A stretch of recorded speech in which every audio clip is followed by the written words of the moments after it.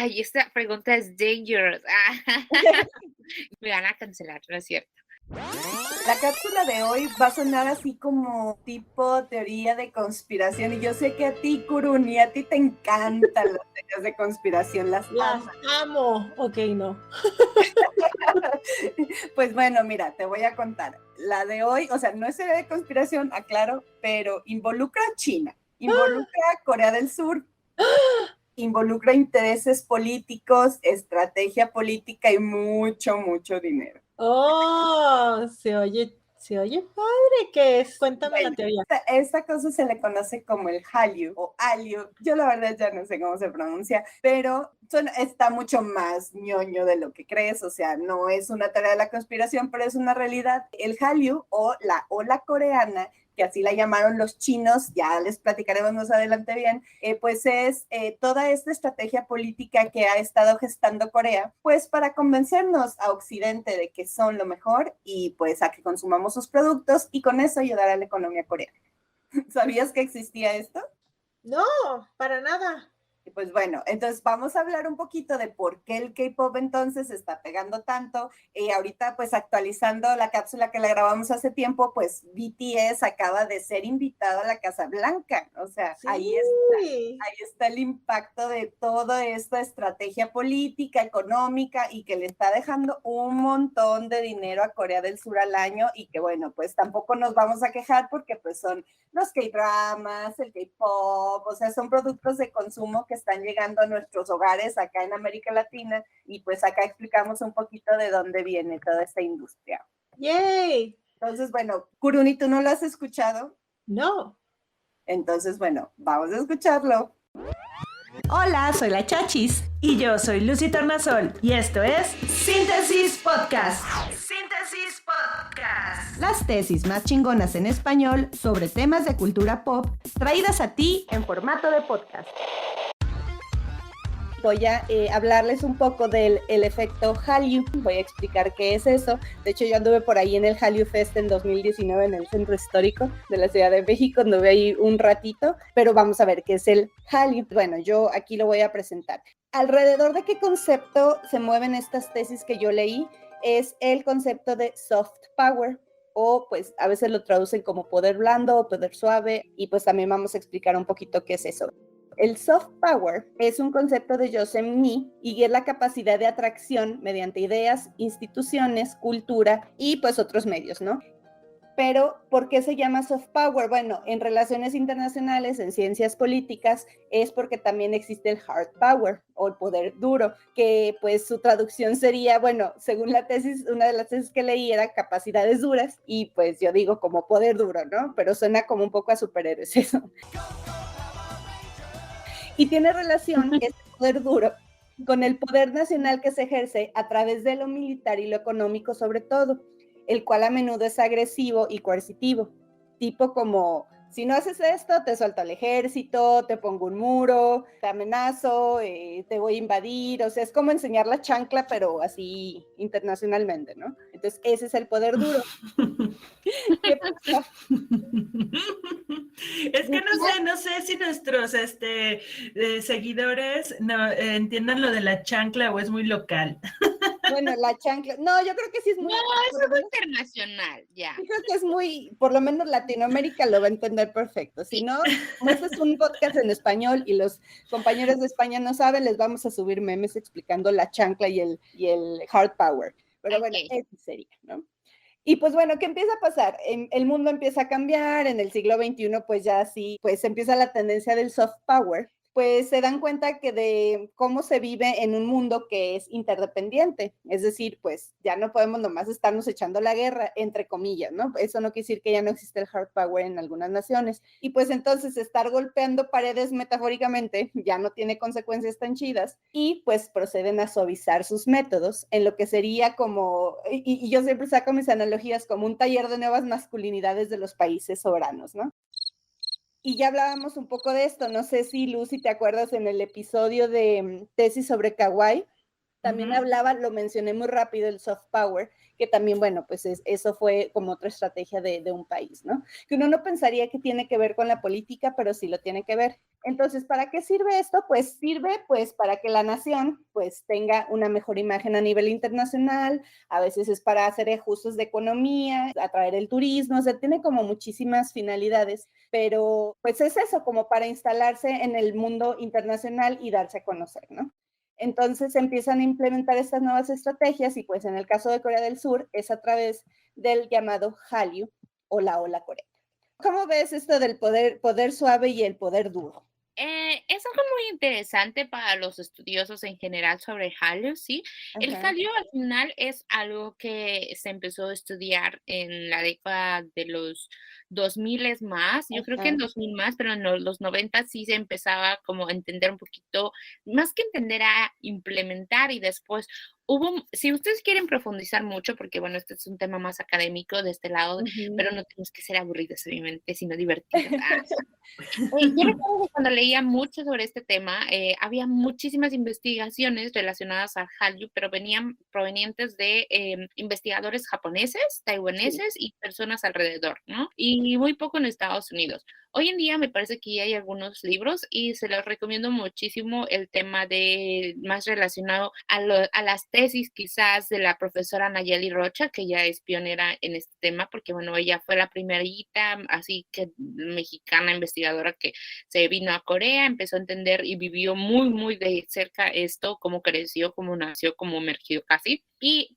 en temas, como bien lo explicaste, soft power en general se aplica para lo que es la cultura también popular, ¿no? No solamente hablamos del Korean Wave o la cultura popular coreana o Hallyu, pues, sino hablamos en general, ¿no? Y es una estrategia muy interesante que, bueno, cuando lo ves o quieres analizar, porque claro, of course, todo se puede utilizar, analizar, revisar, etcétera. Sí. Y cuando estudias el Hallyu en sí, entiendes las razones del por qué surge y que todo, pues al final tiene como se está planeado Sí. estratégicamente para que eso funcione. Pues algo así Teorías de también. conspiración.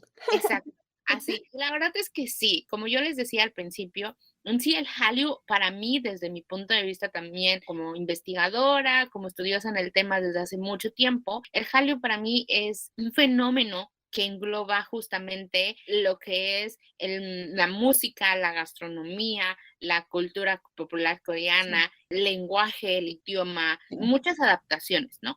Entonces, es como un efecto dominó. Cuando entras a un lugar, te vas al siguiente, al siguiente, al siguiente, y entonces vas pasando por todos estos procesos, ¿no? Y no, por eso lo denominan también como un fenómeno, porque era algo que nace como un fenómeno cuando empiezan a emitirse o enviarse los primeros productos culturales, que son los K-dramas, a Hong Kong y el Sí. primero en Japón, ¿no? Y para Ajá. los que no saben mucho sobre este tema, fue muy importante y estratégicamente enviarse esto a diferentes países, principalmente estos dos. Primero, porque Corea era un destino que no se conocía. Y segundo, a través de los dramas, es como de productos audiovisuales, tú puedes darte una referencia. Y hoy en día lo hacemos, ¿no? Te das una referencia y dices, ay, Corea es así, así Sí. tiene sus edificios, ¿a poco sí tiene esto? ¿A poco Sí. todo, Qué ganas no? de ir. Exacto. Y Ajá.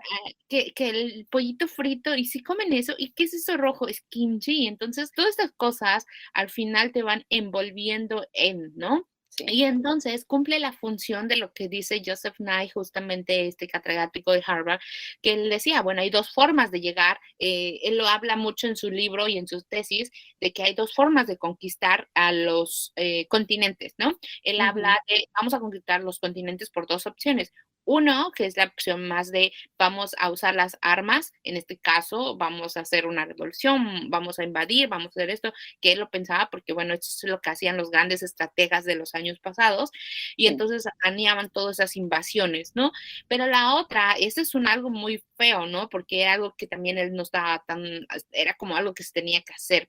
Pero la opción más suave, y él lo decía, ¿por qué no entramos a través de nuestra música, la cultura? Y entonces así, ¿no? Esto de hecho lo implementaron mucho en el concepto de Hollywood, también lo hace Bollywood en su Sí. momento, más que nada. Nollywood de Nigeria también, sí. Bien, Ujú. y así muchos gobiernos han adoptado esto y en Corea, of course, lo hicieron, ¿no? Se empezó a implementar incentivos económicos para apoyar a las empresas de entretenimiento, se le da un incentivos se bajan los espacios para contenido internacional y se proyecta el contenido nacional y Sí. entonces empieza a exportarse. Hay una ley de exportación también, hay leyes que se modifican, como les decía al principio, y entonces, si ustedes no saben un poco el inicio de los K-dramas también en Latinoamérica, es a partir de las relaciones diplomáticas que cada uno tiene con Ujú. diferentes países, Sí. se lanza también que los primeros dramas fueron regalos de las embajadas, realmente fueron regalos del gobierno coreano que se le hizo a los países y le dijeron, ok, miren, tenemos estos dramas, les queremos regalar estos contenidos para que ustedes los pongan en sus televisoras. Y hubo televisoras que en nuestro país obviamente dijeron, pues un regalo, es un contenido, está bien hecho, se acoplan lo que nosotros queremos, vamos a emitirlo, ¿no? Y así es como realmente empiezan los primeros contenidos. Así es. Eh, en el tema del Hallyu más allá enfocado K-pop, hoy en día ustedes pueden ver, y a mí me sorprende porque, bueno, en México tenemos también embajadores, pero creo que nuestros embajadores no son tan explotados como aquí, pero aquí Ujú. sí, ¿no? Aquí el embajador el rostro de promoción turística en el año pasado para Seoul, para Korean, Visit Korean, Seoul Visit, es BTS, ¿no? BTS, ahorita no tengo Sí, aquí a la mano mi cartelito, pero ellos son los embajadores, ¿no? Obviamente. claro. Fueron si no me equivoco, fueron los primeros que dieron un concierto en vivo para una televisión nacional en el palacio más importante de Corea, que fue en Ujú. Jonguk, ¿no? Para mí ver eso fue algo como, wow, ¿no? Fue algo logrado, nunca lo había visto con otros artistas.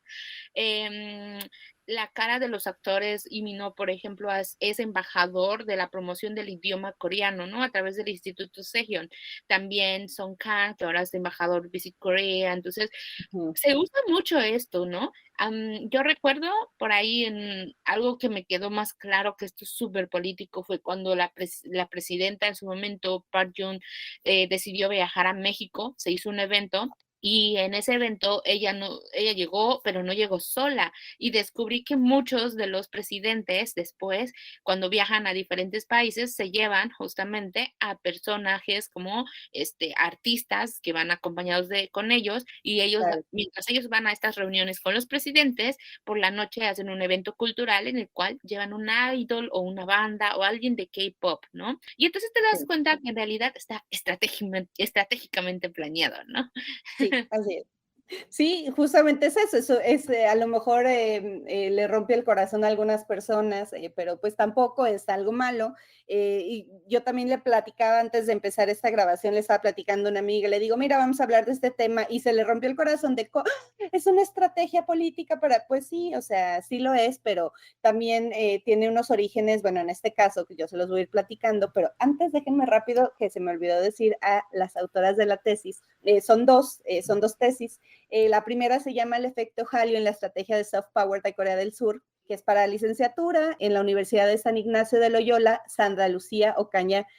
Bueno, pues yo digo que es Baudouin porque parece francés el apellido, no sé si así se pronuncia. Y la otra es la tesis de El rol de la industria de Hallyu y el K-pop en el soft power surcoreano desde el 97, bueno, 1997 a la fecha, ¿no? Es de la Pontificia Universidad Javeriana, mi casa de estudios, y está escrita por Ana María Zapata Jiménez, que también es de licenciatura en Relaciones Internacionales, y me llama la atención por el rango de edad que yo encontré, y creo que a Lucy le pasó lo mismo, muchas tesis de licenciatura, y yo ahorita hasta apenas que me estás diciendo de Nayeli Rocha, que anoté aquí el nombre, pero yo no encontraba más como de posgrado, más tesis así públicas, que pudiéramos acceder, pero está padre también porque eso quiere decir que se está empezando a estudiar este tema de manera seria y que ojalá pues estas mismas personas sigan especializándose o que otras personas que quizá ya no estén en este rango de edad, pero les lata el tema, pues sí, sí tiene mucho como de dónde cortar, ¿no? Y entonces, pues, Entonces, bueno, ¿por qué empieza esta tendencia del soft power? Bueno, en el siglo XXI, pues bueno, ¿en qué consiste el Hallyu? O sea, este concepto viene del chino, como tú ya nos explicabas, que significa literalmente hola coreana, y pues por ahí hasta ponen cómo se escribe en coreano, yo no entendí, y cómo se escribe en mandarín, y pues es pues un concepto que crean los periodistas en China pues para hablar de esta influencia y popularidad que tenía ya pues los contenidos coreanos, ¿no? Ya existía esa influencia desde antes, pero pues sí empieza, como también mencionabas tú, a reforzarse por el gobierno para hacer salir a la nación de una crisis económica que estaban pasando, que eso creo que fue en 1997. Y pues se estima que, por ejemplo, para el año 2014, que es lo que cita esta tesis, se recaudaron 11.6 billones, billones de dólares de la industria Hallyu. Entonces, esto en 2014 y no es el boom que es ahorita, ¿no? Más bien no era el boom que es ahorita.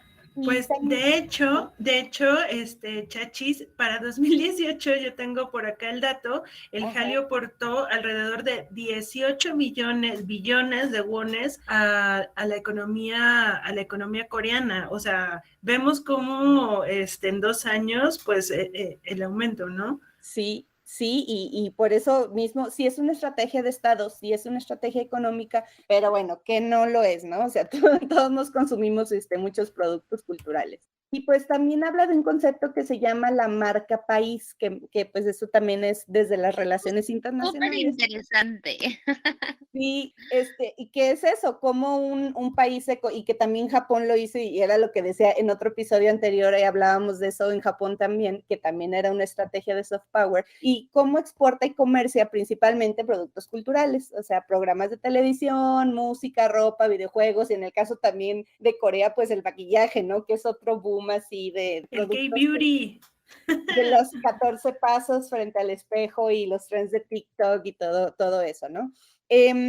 Pero algo que me llamó la atención es que en estas dos tesis y en otras que leí un poquito más por encimita, insisten en la influencia en la juventud de muchos países. Y bueno, no es que yo quiera demeritar lo joven que todavía me siento, pero pues sí me reconozco que estoy en otro grupo de edad, ¿no? Y me parece que el K-pop actualmente va muchísimo más allá de la juventud. Me parece que sí, como también ya explicaba Lucero, está abarcando a muchísima gente de todas las edades, gustos, infancias y pues también adultos, ¿no? Y yo lo digo pues por mis amigas de que pues están entre 30 y 40 años, lo consumen y pues también tienen todo un poder adquisitivo que a lo mejor un joven no tiene y pues pueden pagar todo tipo de productos, ¿no? Entonces sí creo que también esto estaría muy padre que lo empezaran a incluir en otras tesis, o si conocen alguna tesis pues nos lo haga saber pues para actualizar esta información. Y no sé, pues también eso le preguntaría a Lucero, ¿tú crees que tiene que ver con que la gente por lo menos de este rango de edad le gusta el K-pop o sienta esa atracción al K-pop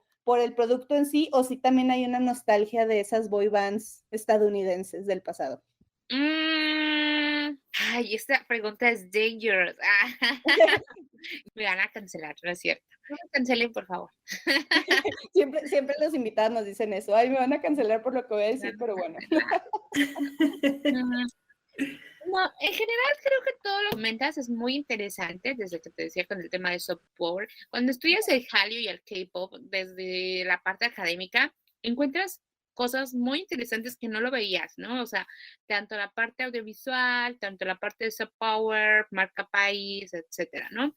He leído mucho acerca del nacimiento de K-pop en general, ¿no? Y el nacimiento de K-pop tiene muchas teorías, obviamente, pero sí tiene bases muy americanas. Y esto no lo digo no solamente yo, lo dice el señor Izuman, lo dicen los fundadores de las 3 agencias más importantes de K-pop, pero también lo sustenta la parte política y la situación y el contexto, que voy a lo mismo, siempre ahí es importante entender los contextos, porque ustedes recuerdan que después de la guerra de las 2 Coreas, pasa que su principal apoyo o soporte de Corea fue Estados Unidos, entonces muchas cosas aquí se tuvieron que eran coreanas, obviamente, pero la influencia americana obviamente entraba, ¿no? Entraba por diferentes opciones, entraba porque ellos vivían aquí, entraba porque tenían que consumir mucho producto americano, y pues bueno, en ese momento Estados Unidos siempre ha sido líder en muchas cosas, ¿no? En la cultura popular. Y bueno, al final el tema de las boy bands justo nace porque muchas de las boy bands en Corea se inspiran en las boy bands coreanas, en los primeros, ¿no? Hace mucho, tenían que hacer hicieron una mix de todo un poco, y al final sí se toca y se llega a hablar de los productores de los Backstreet Boys y así, y de hecho hay un documental muy interesante de la cultura pop, de la música pop, ahí en Netflix, que habla justamente del nacimiento de la música, ¿no? En general, de la música pop. Y te cuentan que, por ejemplo, en el caso de los Backstreet Boys, se inspiraron en otros chicos que eran la sensación en su momento, ¿no? La diferencia es que ellos eran de color, ¿no? Y entonces no llegaron a ser tan atractivos al mercado, y entonces eran populares, pero se quedaban como por ahí, ¿no? Y cuando llegan una fusión entre hacer una mezcla entre chicos bonitos, blancos, guapos y altos, y que cantan y bailan también, pues obviamente eso hace que la gente empiece a tener como cambio también de chip, ¿no? Y hoy en día con el K-pop creo que al final se tiene una mezcla de todo, ¿no? Primero está la necesidad de que no teníamos nada. Recordarán que los Backstreet Boys ya no estaban, las boy bands pues ya también no estaban jalando tanto, en mi caso, en mi caso por las diferencias de edad, ¿no? No sé, las diferencias de generaciones, en mi caso era como, pues ya Jonas Brothers ya estaba ahí, ya no estaba, One Direction era el único que estaba, pero estaba como que por ahí ya de salida, sí. Justin ya andaba como que también en sus problemas, entonces estaba desatendido ese mercado, y al final se tiene que ocupar por alguien más, ¿no? Y llega una propuesta musical en el que obviamente empiezas a escuchar música, te gusta, y es una combinación, ¿no?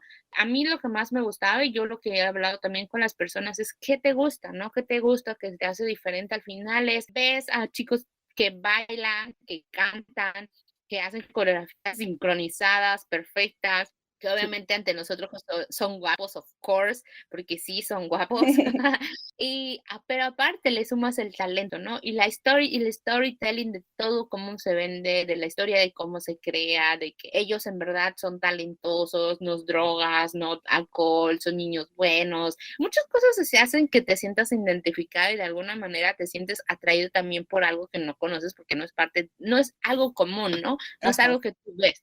Pues me parece que fue una mezcla de todo esto al final, que personas también como más, pues sí, más grandes en general, que les empezaron a gustar, que les empezó a gustar la propuesta musical, porque pues ¿qué tenemos en México, no? ¿Qué teníamos en Latinoamérica en esa década? Y dices, bueno, no había mucho, llega que se estanca, llega que ya no hay más, o llega que me ofrecen siempre los mismos productos, al final tienes que encontrar nuevas opciones, ¿no?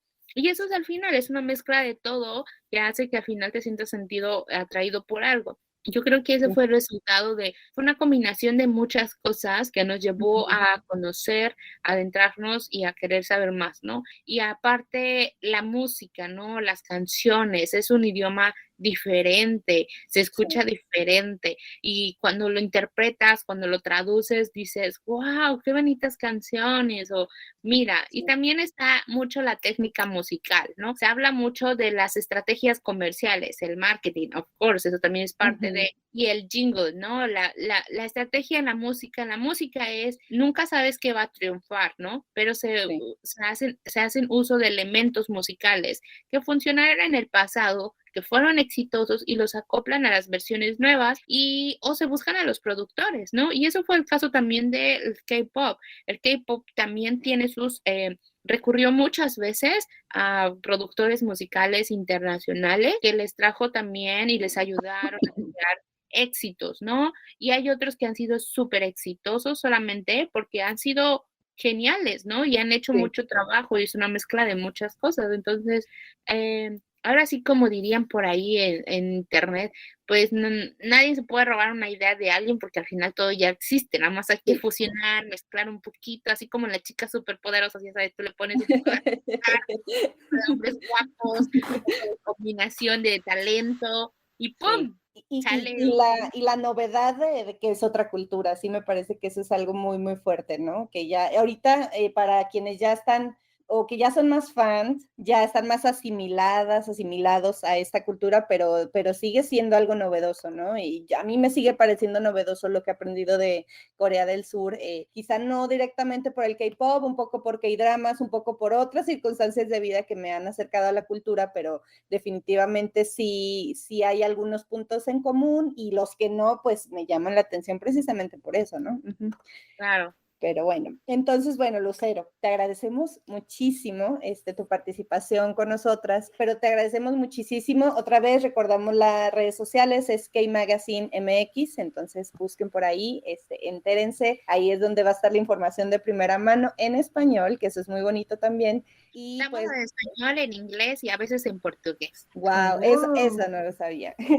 Entonces, vayan para allá y pues bueno, esta fue la sección y con la invitada. Sí, pues muchas gracias a ambas por invitarme a hablar sobre este tema. La verdad es que me gusta mucho hablar sobre en general de todo, pero justo estos espacios me gusta que la gente joven también lo vea también y lo escuche y diga, mira esto, no lo sabía, o que empiecen a conocer proyectos gracias a estas entrevistas que también nos dan. Yo les cuento y los invito a todos a que nos sigan en las redes sociales en K-Magazine, que entren a nuestro sitio web y ahí podrán encontrar infinidad de contenido. O sea, tenemos infinidad porque bueno, tenemos un chingo de años aquí en esto, y en Instagram, en TikTok, y hay mucho material audiovisual en nuestro canal de YouTube. También ahí podrán ver las entrevistas exclusivas que hemos tenido con los artistas, o por ejemplo, pues ahí están, ¿no? Los videos, les mandan saludos, los saludan, entonces es para que estén más cercanos a ellos. Y pues agradecerles a ambas por esta invitación, gracias a todos, me divertí muchísimo y pues acá igual cualquier cosa. Muchas gracias, Lucero. Y pues bueno, vamos a una pequeñita pausa y regresamos. Síguenos en nuestras redes sociales, Facebook, Twitter e Instagram, en donde estamos como Síntesis Podcast. También nos puedes contactar en nuestro correo electrónico, que es podcastsíntesis@gmail.com. Bueno, estamos de regreso en Síntesis Podcast y ahora vamos a empezar ya a cerrar un poquito el episodio. Voy a hablar un poquito más de lo que tenía. Lucero, pues obviamente es una mujer muy ocupada, nos hizo el favor de estar con nosotros buena parte del episodio, pero bueno, tiene sus responsabilidades y le agradecemos mucho y saludos también. Y la otra tesista, bueno, que ya es con lo que yo voy a cerrar, nos habla de las etapas del Hallyu, que es Andrea Lucía Ocaña. Ella documenta, de acuerdo a un teórico que luego yo ya no sé ni si se pronuncia bien o no, y ya no está Lucero para corregirme, que es Kim Bok-rae o Rae, no sé cómo se diga, y bueno, según este teórico, hay 2 etapas del fenómeno Hallyu, y me da risa el nombre que les ponen porque es Hallyu 1.0 y Hallyu 2.0, ¿no? Entonces, la etapa del Hallyu 1.0 es de 1995 al año 2005, y también ya Lucero nos lo había mencionado, que es pues cuando empieza a haber influencia de la producción cultural coreana hacia la región asiática, principalmente China, Japón, Hong Kong y Taiwán. Y pues se habla de la novela surcoreana What is Love About, que salió en 1997 al aire en China.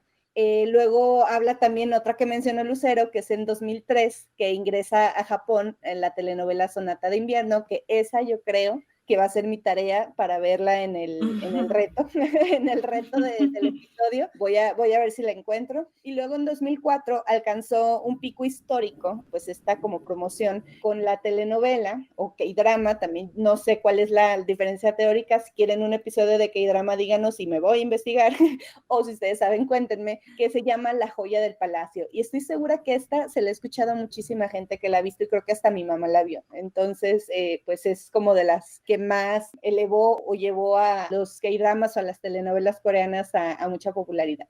Y en esta misma etapa ya, pero en sus últimos como pues años, también se extendió a otros países asiáticos, pero ya más de la región del sudeste, como Vietnam, Myanmar, o bueno, también se le conoce como Birmania, e Indonesia, ¿no? Y el éxito de estas producciones con estos países asiáticos es, de acuerdo a la tesista, la afinidad cultural, sobre todo los valores, pues valores que encuadran como la familia, el amor y la piedad filial, que menciona aquí, pues tienen mucha relación con la filosofía confucianista. Entonces, ese es como el primer gancho, digamos, de por qué se empieza a consumir esto, que no es también solo que sea una buena producción o no, sino hay como pues no sé, enlazamiento en cuanto a los valores, ¿no? ¿Cómo ves, Luz? Quisiera recomendar un paper, un artículo que se titula El rol del Hallyu como cultura pop en la creación y la difusión de la imagen y de la imagen de la mujer coreana contemporánea. Y bueno, justo quisiera recomendarlo porque pues no pudimos aquí entrar en este tema porque las tesis no iban hacia ese lado y recuerden que nosotros venimos a exponerles precisamente lo que nos dicen las tesis, además de la especialista invitada. Entonces, bueno, pueden revisar este texto en línea y se los vamos a compartir aquí en redes sociales. Y pues bueno, ya para cerrar yo como mi intervención, pues nos vamos al Hallyu 2.0.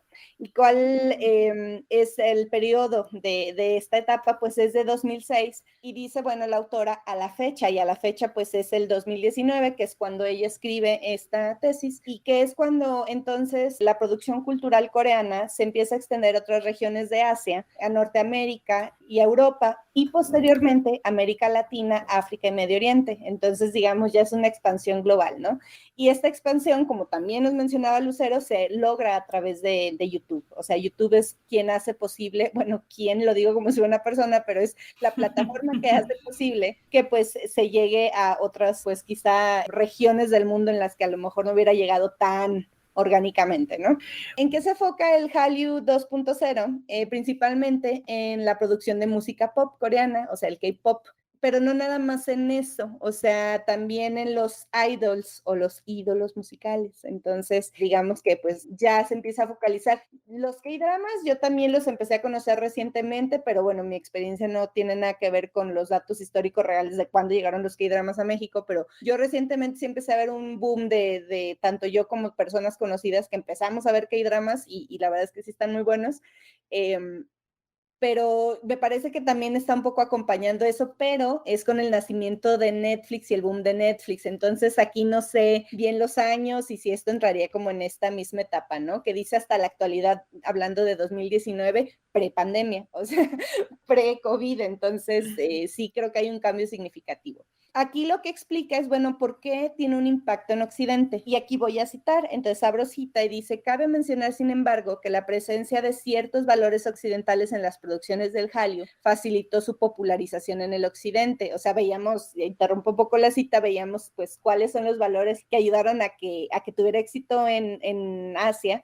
Pero bueno, retomo la cita, este es el caso especialmente del amor romántico, y que eso también es tema que ya hemos hablado aquí en otros episodios, que es el tema central en la mayoría de los K-dramas con éxito internacional, y cita algunos como El Príncipe del Café, Boys Over Flowers, The Hairs, creo que se llama, My Love from the Star, y Descendientes del Sol, y Goblin, no sé si así se pronuncia, pero bueno, ese es otro de los K-dramas, ¿no? Y vamos de nuevo, que eso lo hablábamos también, no sé si te acuerdas en el episodio de Fanfic, que sí, o sea, la recepción de productos de otros lugares en Latinoamérica tiene que casi siempre el ganchito o cuando escribían fanfics decían, no, pues sí, pero acá les vamos a meter drama de amor porque pues eso es lo que nos gusta a nosotros en las historias, ¿no? Pues precisamente eso hace que también el K-drama tenga pues como impacto. De K-pop no tengo tanta documentación de cómo es que pegó así, pero bueno, estamos hablando del Hallyu, ¿no? Entonces es un poco así como se va generando este fenómeno.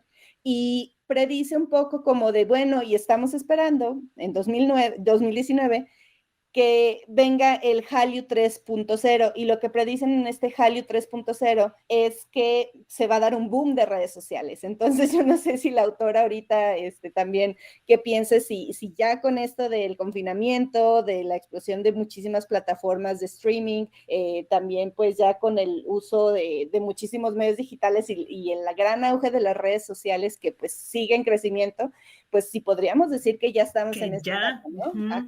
Entonces, probablemente sí, o de todos modos se tiene que desmarcar porque, pues sí, como señalas, el boom del streaming y las redes sociales a raíz de la pandemia, pues sí marca un antes y un después. Sí. Y aunque como mencionas, pues yo diría que más o menos los K-dramas se empiezan a popularizar más bien empiezan a llegar a partir del 2000, no popularizarse, pues hasta llegar ahora en Netflix que mencionábamos, pues hacer una categoría, ¿no? Sí, sí, Una sí. categoría de contenidos.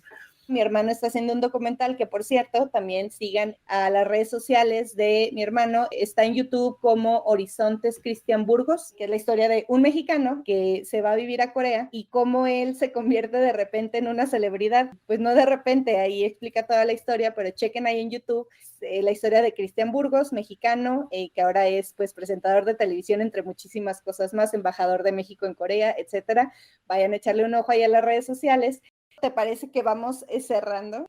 Y pues esto fue el capítulo de tesis sobre el K-pop de Síntesis Podcast. Muchas gracias por escucharnos. Gracias. Adiós. Adiós. Próximo episodio, tesis sobre perreo.